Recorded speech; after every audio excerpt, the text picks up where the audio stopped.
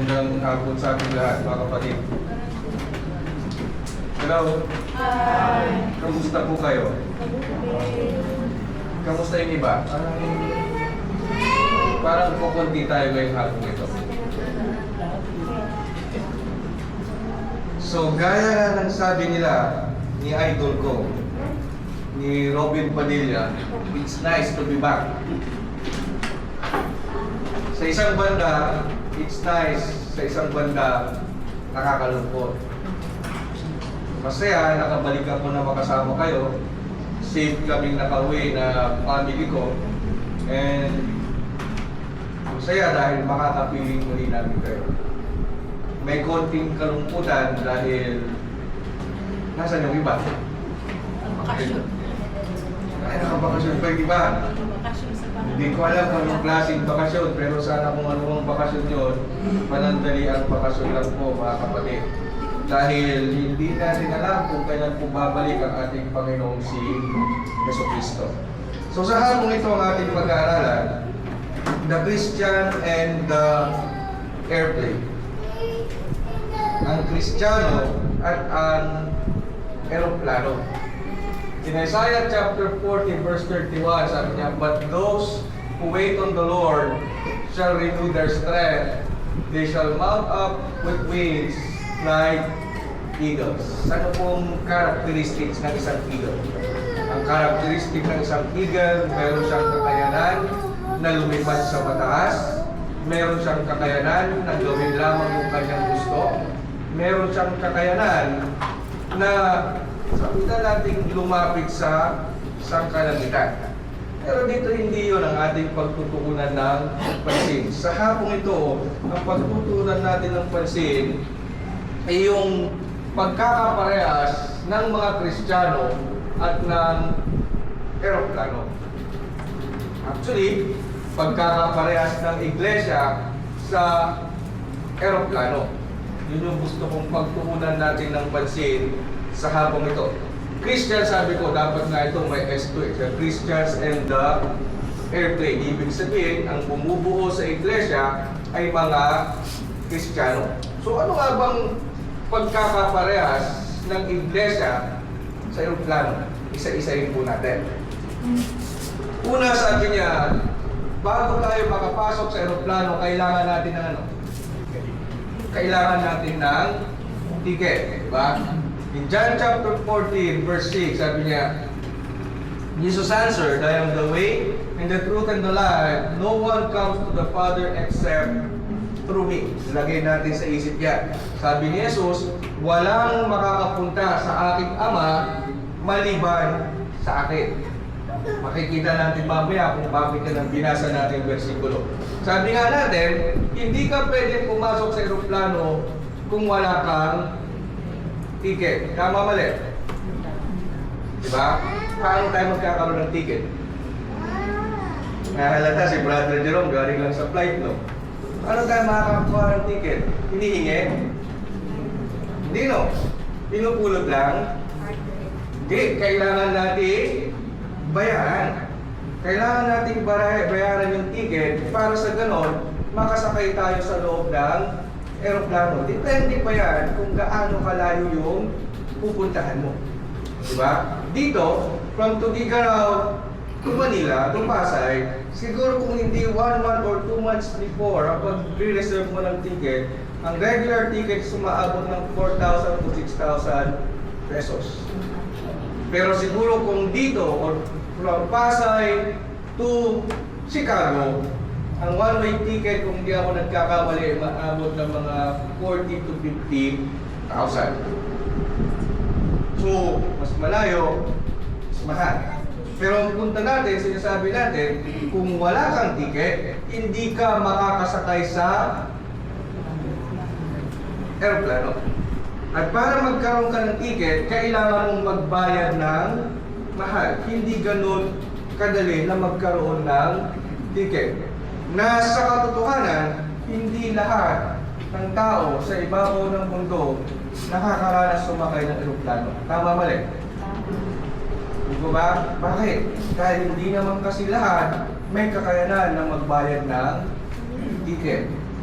Yun yung malungkot na katotohanan. Now, sabi ko, ikumpara natin sa buhay natin bilang mga Kristiyano. Sabi natin, itong ticket, kailangan mo para makapasok ka sa loob ng aeroplano. Now, sa ating mga Kristiyano, saan tayo nakapasok? Nakapasok tayo doon sa tinatawag nating church. Tama mali? Di po ba? Pero anong kailangan natin para makapasok tayo sa iglesia? Sabi rito, kailangan natin munang maligtas. At sinong nagbigay sa atin ng kaligtasan niya? Sino yung pinaka-ticket natin para magkaroon tayo ng kaligtasan? Yun yung binasa natin sa John 14:6. Sabi ni Jesus, I am the way, the truth, and the life. No one comes to the Father except through me. Sabi rito, Jesus purchased your ticket to eternal life through His death and resurrection. So yung ticket natin, para tayo'y maidagdag sa iglesia, para tayo magkaroon ng buhay na walang hanggan, binili natin hindi. Hindi ano po? Sinong bumili? Si Jesus. Ibinigay sa atin ni Jesus ng libre para sa ganoon magkaroon tayo ng buhay na walang hanggan. Tignan yung kaibahan. Sabi ko kanina, yung ticket sa aeroplano, hindi lahat pwedeng magkaroon ng ticket sa aeroplano. Pero dito, yung ticket papunta sa kaligtasan, lahat tayo binigyan ng Diyos ng kakayanan para tayo ay maligtas. Binili na ni Jesus yung ticket natin. Ano na lang ang gagawin natin? Ang gagawin natin, i-claim na lang natin. So paano natin i-claim? Kinakailangan, sabi niya, we don't work our way unto the plane, we accept the free gift. Ano ba yung ginawa natin? Hear, believe, repent, confess, and be baptized. Nakapagtayo kay Kristo, naniwala tayo sa Kanya, nagsisi tayo sa ating mga kasalanan, ipinahayag natin siya, tayo na bautismuhan, idadagdag na tayo saan? Idadagdag na tayo sa Kanyang iglesia. Kaya nga sabi sa Acts 2:38, repent and be baptized for the remission of your sins, and you shall receive the gift of the Holy Spirit. Yun yung ticket o yung kaligtasan na binili ni Kristo na ibinigay niya sa atin ng libre para sa ganon maidagdag tayo o makapasok tayo sa Kanyang iglesia. So ang tanong ko sa ating lahat, kung wala si Jesus sa buhay natin, sino sa atin ang may kakayanan para ipasok tayo sa loob ng iglesia? Meron ko? Kahit na yung pinakamayamang tao, kahit na yung pinakamakapangyarihang tao, kahit na makuha natin lahat ng kayamanan sa ibabaw ng mundo, hindi natin kayang ipasok yung sarili natin sa loob ng iglesia. Ang tanging ticket lamang natin para makapasok tayo sa loob ng iglesia, ang ating Panginoong Jesus. Kailangan niyang mamatay para magkaroon tayo ng kaligtasan. So bakit hindi po tayo pupunta sa impyerno ngayon, mga kapatid? Tatanungin ko po kayo, bakit hindi po tayo mapupunta sa impyerno ngayon? Dahil kay Kristo. Hindi po ba? Binigyan tayo ni Kristo ng kaligtasan. Kaya lang ang problema, minsan hindi natin na-appreciate. Minsan nakakalimutan natin na kaya tayo may kaligtasan, dahil meron tayong Kristo. Pag pinamili na tayo, Kristo sa libutan, mas pinipili natin sa isang libutan. Huwag po sanang gano'n. Dahil si Kristo ang nagbigay ng kaligtasan sa atin. Pangalawa, the security check and surrender and repentance. Ano pong ibig sabihin ng security check? Sabi rito, at an airport, you can bring everything with you. Some things are not allowed. Sa loob ng airport, hindi pwede lahat. Tama po mali. Doon sa mga nakaranas na pumasok ng airport, pwede ba bala? Kaya nga natatakot tayo pag dumadaan tayo sa airport Pag pupunta ka doon sa baggage counter, doon sa x-ray, tignan mo mabuti kung may bala ka o wala. Kaya nga using laglag bala Dahil bawal yung bala sa loob ng airport. Kapag nakuha na ka ng bala sa loob ng bag, pwede kang magmulta. Pwede hindi ka makapasok sa airport, pwede hindi ka makalipad. Hindi lamang po yun. Kung halimbawa, papasok ka sa loob ng airplane, carrying baggage, bawal yung above 100 ml na pabango, bawal yung matutulis na mga bagay, bawal ang kutsilyo, bawal ang kahit yung nail file, kahit yung nipper, bawal po yun. Hindi po pinapahintulot.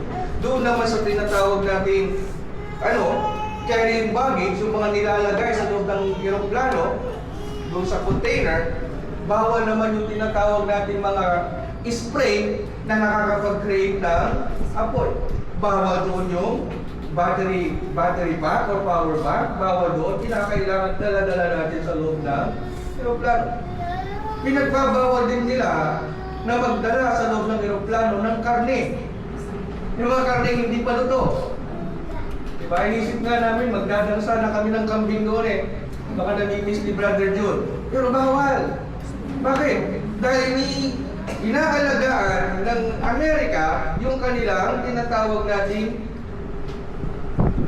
mga animal industry. Dahil baka maaaring yung dala nating karne, meron palang sakit, pagdating sa Amerika, kakalat yung sakit doon. Gaya nung nangyari sa, anong problema natin ngayon sa mga baboy natin? Diba? O yun na yun. Diba? African flu. Diba? Meron pa yung tinatawag natin foot and mouth disease. Nandyan na rin yung sa mga manok, yung mga avian malaria na tinatawag natin, na lahat ng mga sakit yan, hindi naman sa Pilipinas eh.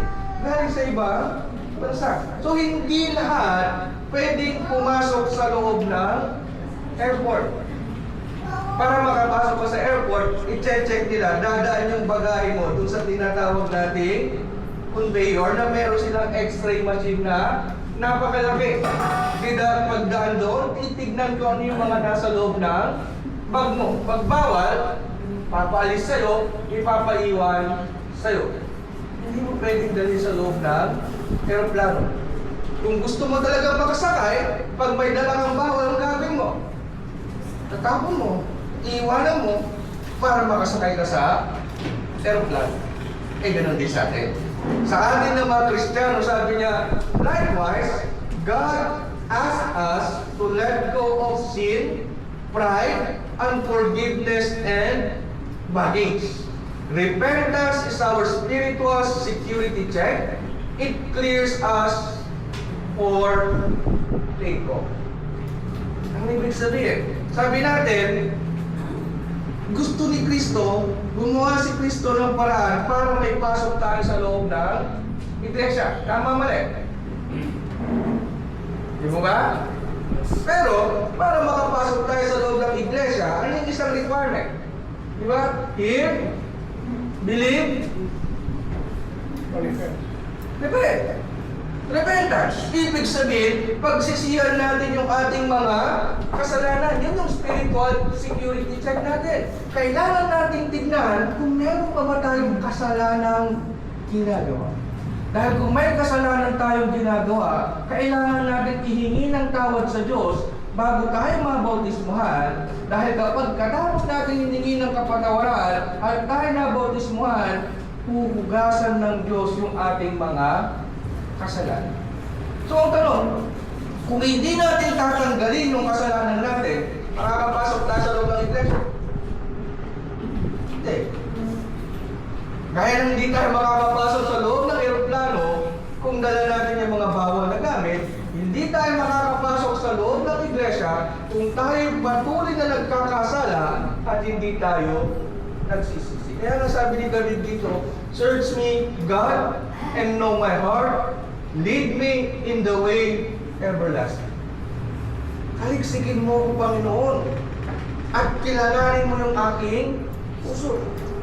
Dahil sa pagkakataon lamang na kapag malinis na tayo, kapag wala na tayong kasalanan, doon lamang tayo pwedeng dalhin ng Diyos o gabayan ng Diyos patungo sa walang hanggan.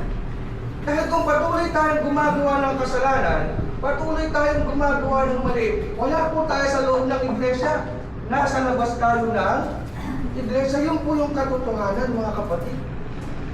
Kaya kinakailangan kung ano man yung bagahing meron tayo ngayon, bagahing bawal sa loob ng iglesia ni Kristo, Isin po natin. Tanggalin po natin. Para tayo maging karapat-dapat o makapasok sa loob ng kanyang iglesia. Pangatlo, the pilot and trust in God's control. Sabi rito, the pilot controls the flight. Tama po mali? Sino sa atin marunong magpalipad ng aeroplano? Si Randy, magaling magmotor. Pero marunong magpalipad ng aeroplano. Jerry Boy, magmotor nga, di marunong eh.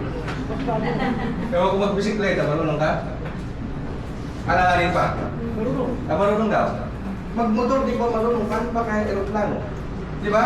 Dito, kung pag sumakay tayo ng aeroplano, nakikita natin yung piloto. Kung maliliit, nakikita. Pero Sa maliliit? Sa malaki? Hindi. Hindi no.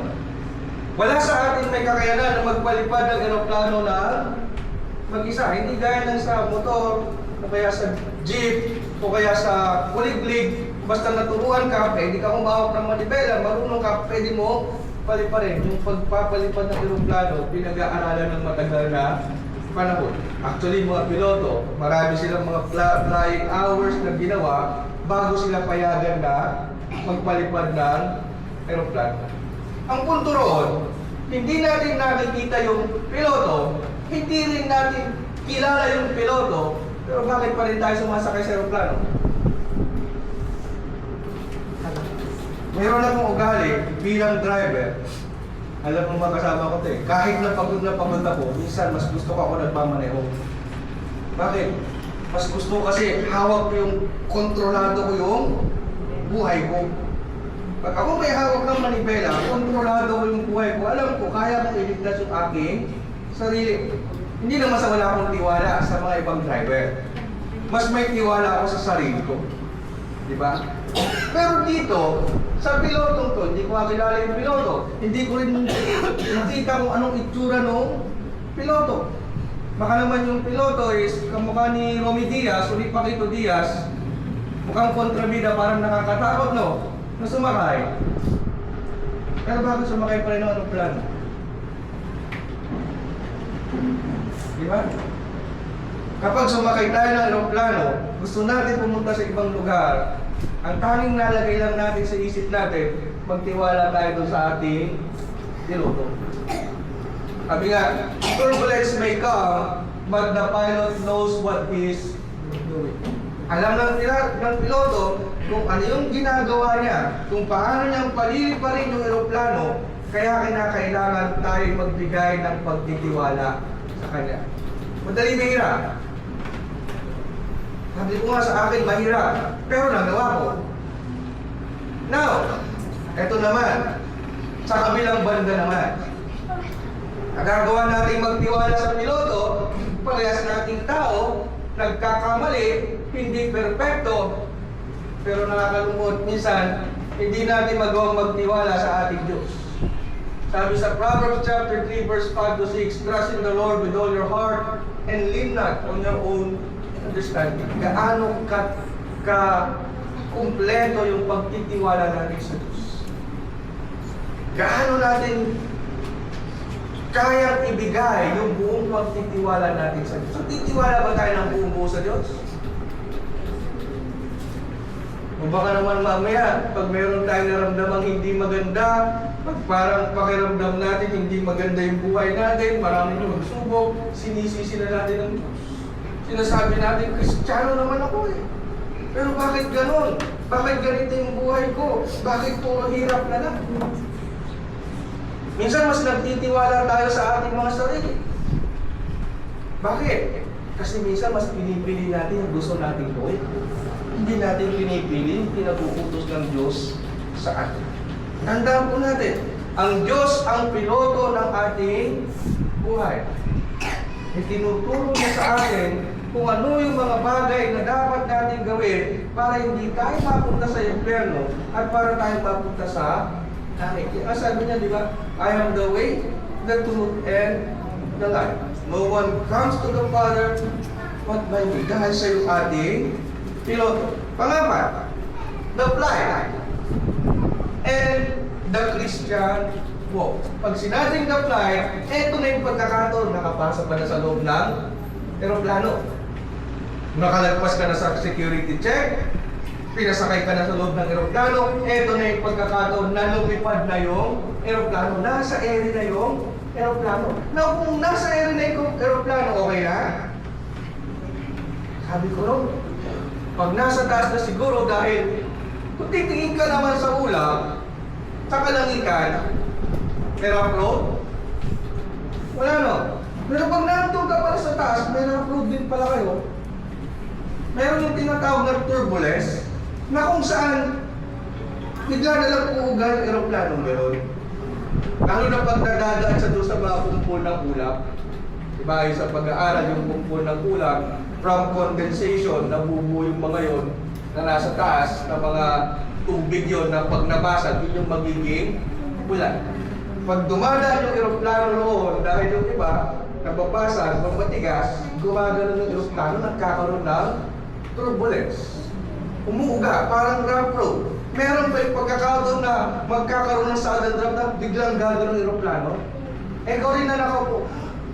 Gagano ka rin, parang may iwan yung kaluluwa mo sa taas. Maraming sisigaw, may mga maririnig kang umiiyak, nag-aalala, bakit? Eh pag bumagsak ka, saan ka babagsak? Gano'ng kataas? We're talking about 10,000 feet pataas. Gano'ng kataas yun? Diba? So ibig sabihin, hindi pala porket nasa flight ka na, is maganda. Sabi ron, the flight represents the journey of your life. Some parts are smooth, others have turbulence. Ano yung smooth doon sa flight? Masarap ang pagkain sa aeroplano. Kompleto yung pagkain sa aeroplano. May karne, may dessert, may prutas, kompleto prutas. Mamimili ka ba kung anong gusto mong juice? Diba?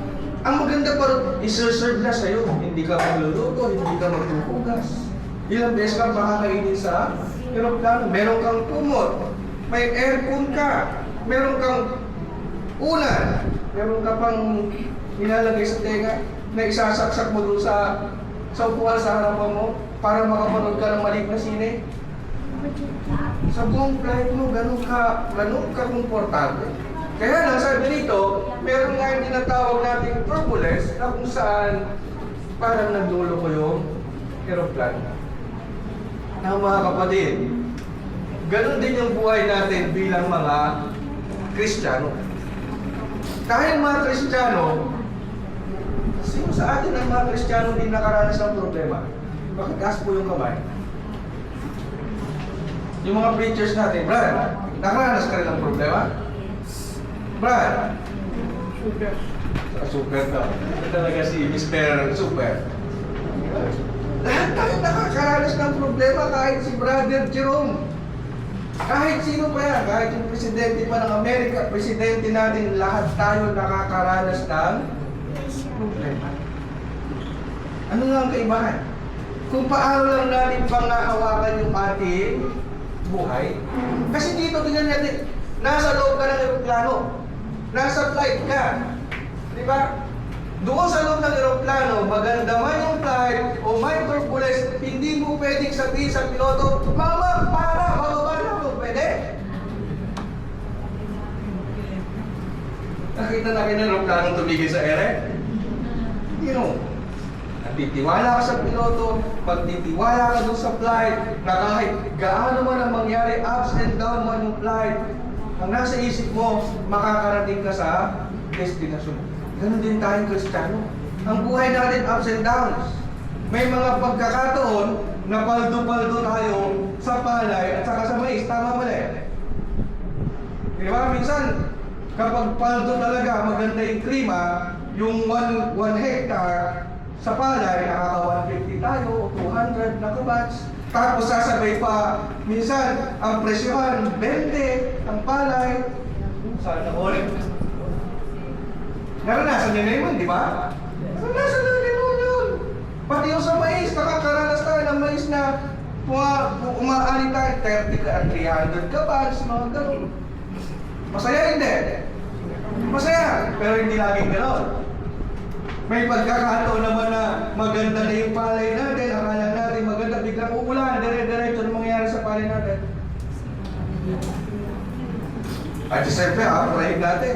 Inapura natin ngayon na inani, magkano bibilin? May pagkakataon, tatanim tayo ng mais, hindi uulan, ano mangyayari sa mais natin? Ibig ba sabihin, pag gano'n na-experience natin, bilang mga magsasaka, bilang mga tao, itigil tayo sa pagtatanim? Hindi pa rin. Patuloy pa rin tayong magtatanim. Magtitiwala tayo na kahit anong mangyari sa atin, bilang mga Kristiyano, hindi tayo pababayaan ng Diyos. Lalo na kapag nasa loob tayo ng Kanyang iglesia. Bakit? Dahil ang Diyos mismo nagsabi. Sabi ni Jesus, and I will be with you always, even to the end of time. Sasamahan na tayo, hindi niya tayo mababayaan. So yun pa lang sa ating paglalakad ng mga Kristiyano, kahit mahirap ang buhay, manatili tayo sa loob ng iglesia. Manatili tayo sa pagtitiwala natin sa Diyos. Bakit po? Dahil darating tayo sa ating destination. Gaano man kahaba, sabi niya rito, every flight has a destination. Yung flight po namin papunta ng Chicago, nabot ng 39 hours. Ganun kahaba. Pero kahit gaano kahaba yan, darating at darating tayo sa destination. Ganun din sa atin. Sabi rito, for the believer, that destination is not a place on earth, but eternity with God. Yan yung kaibahan. Yung destination ng aeroplano, destinasyon sa ibabaw ng mundo. Pero sa ating Kristiyano, yung destinasyon na hinahangat natin, yung destinasyon na buhay na walang hanggan, kasama sino? Kasama si Jesus. The journey may be long, but the destination is worth it. Alam niyo, marami akong naririnig na mga, sabihin na natin, reklamo, o kaya kinain, na, Brad, bakit ganun? Ang hirap naman ng buhay. Ang hirap naman maging Kristiyano. Ang hirap naman maglingkod sa ating Panginoong Jesus. Ang daming problema. Kulang naman ng ganito. Diba? Diba ba, Jerry?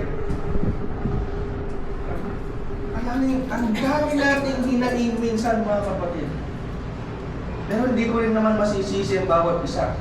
Dahil mahirap naman talaga ang buhay sa ibabaw ng mundo. Pero sa maniwala tayo sa hindi, mga kapatid, kapag napagtagumpayan natin yung ating paglalakbay bilang mga Kristiyano, doon tayong lahat darating sa langit. Dahil kung hindi natin yung pagtagumpayan, saan tayo pupunta? Saan po? Impyerno. Gusto niyo? Ako, ayaw po. Mainit ano po? Kaya kailangan manatilig tayo sa ating lakbayin. Sabi niya, but our citizenship is in heaven, and we eagerly await a Savior from there. Sabi niya, saan talaga tayo nakatira?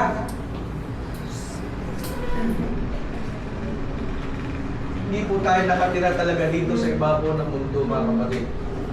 Hindi ko sinasabi, ulitin ko, hindi ko sinasabing bawal yumaman, hindi ko sinasabing bawal maghangad na umangat sa buhay. Ang sinasabi po ng Biblia, huwag tayong magpatali dito sa sanglibutan. Dahil baka mamaya dito lang tayo nakapokus sa sanglibutan, hindi dito ang tahanan natin. Lalakbayin lang natin ito. Dadaan lang tayo dito. Ang tunay na tahanan natin, nasa langit. Di ba sabi nga ni Kristo, I go to prepare a place for you. Nandito na si Jesus. Pinaghahandaan na tayo ng kalalagyan natin. Hihintay niya yung pag-uwi natin. Hinihintay niya yung pagdating natin. Sana po pag dumating yung panahon yun, we are worthy enough to be called Christians. Saan po ito ang ating napag-aralan? Sabi niya, the Christian in the airplane. Just like flying, the Christian life requires trust, preparation, and forward focus. Sabi, trust. Kanino? Sa pilot natin. Trust kay ating Panginoong si Jesucristo. Kailangan natin ng preparation. Ano yung preparation? Alisin natin yung mga bawal sa atin. Para pagdating sa security check, dire-diretso tayo makapasok sa iglesia. Alisin natin yung kasalanan. And kailangan natin ng forward focus. Ano yung forward focus? Na kahit gaano kahirap yung flight, kahit gaano kahirap ang buhay sa ibabaw ng mundo, kahit gaano karaming pagsubok ang maranasan natin, makakauwi po tayo sa langit. Yun po yung focus natin. Yung focus natin yung pag-uwi natin sa langit. You don't always see everything, but you know who is in control. Tama po? Sino may control ng buhay natin? Diyos. Kaya kapag may problema tayo, sinasabi natin, Diyos ko po. Pag may masakit sa atin, Diyos ko po. Diyos lagi ang may control. Hinahayaan na lang tayong mabuhay ng maayos. Hinahayaan na tayong mabuhay ayon sa kagustuhan natin. Pero huwag natin kakalimutan na Diyos pa rin ang may control sa atin. So the question, are you on board with Jesus or are you still trying to fly your own plane? Anong gusto niyo?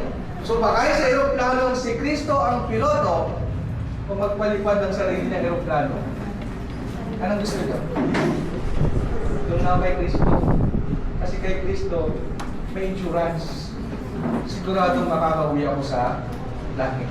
Sarili kong eroplano, hindi ko nga kaya iligtas ko sarili ko. Paano ako makakauwi sa langit? Magandang hapon sa ating lahat mga kapatid.